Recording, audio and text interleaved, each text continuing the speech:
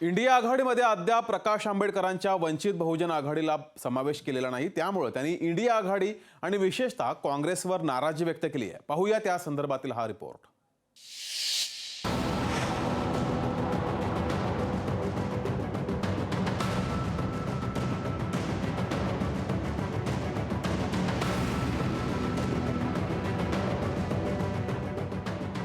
वंचित बहुजन आघाडीचे अध्यक्ष प्रकाश आंबेडकर यांना विरोधकांची मदत करायची आहे, मात्र इंडिया आघाडी त्यांना सामावून घेत नसल्यानं त्यांनी नाराजी व्यक्त केली आहे। सध्या दबावाचं राजकारण सुरू असल्याची प्रतिक्रिया त्यांनी दिली आहे।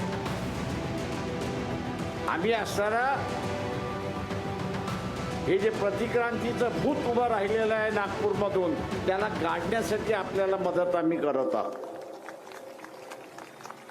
पण दुर्दैवाने हे नागपूरच्या भूताला गाडण्याच्या ऐवजी ते मलाच गाडायला निघालेत अशी असणारी परिस्थिती। प्रकाश आंबेडकर यांनी काही दिवसांपूर्वी दादरच्या शिवाजी पार्क इथं सभा घेण्याआधी राहुल गांधींना पत्र पाठवत सभेकरता बोलावलं होतं। मात्र 3 राज्यातल्या निवडणुकांचं कारण देत राहुल यांनी आंबेडकरांना शुभेच्छांचं पत्र पाठवत सभेला येता येणार नाही असं सांगितलं। त्यामुळं वंचितचा इंडिया आघाडीतला प्रवेश निश्चित असल्याची चर्चा होती। मात्र इंडिया आघाडीची दिल्लीत बैठक झाली, त्यावेळेस मात्र इंडिया आघाडीत वंचितच्या प्रवेशावर कोणतीच चर्चा झाली नाही। त्यामुळं आंबेडकरांनी काँग्रेसवर नाराजी व्यक्त केली होती। इंडिया आघाडीच्या या भूमिकेवर भाजप खासदार सुजय विखे पाटील यांनी प्रतिक्रिया देताना काँग्रेस वंचितांना दूर सारणारे असल्याचं म्हटलंय। हेच त्यांचं त्या ठिकाणी असलेली वैचारिकता आणि जे लोकांमध्ये भासवण्याचा ते प्रयत्न करता इंडिया आघाडीच्या माध्यमातून की आम्ही वंचितांबरोबर आहोत, आम्ही दलितांबरोबर आहोत, हे त्यांची जी वैचारिकता आहे, जी लोकांपर्यंत पोहोचवण्याचं काम ते करतायत, ते किती खोल आहे आणि किती खोटं आहे हे याच्यात कळतं। प्रकाश आंबेडकरांना इंडिया आघाडीत घेतला असता काँग्रेसचा आणि त्यांचाही फायदा आहे। येत्या 29 डिसेंबर रोजी होणाऱ्या बैठकीत यावर निर्णय होईल असं म्हणत आंबेडकरांच्या प्रवेशाला आपण अनुकूल असल्याचं अशोक चव्हाण यांनी सांगितलंय।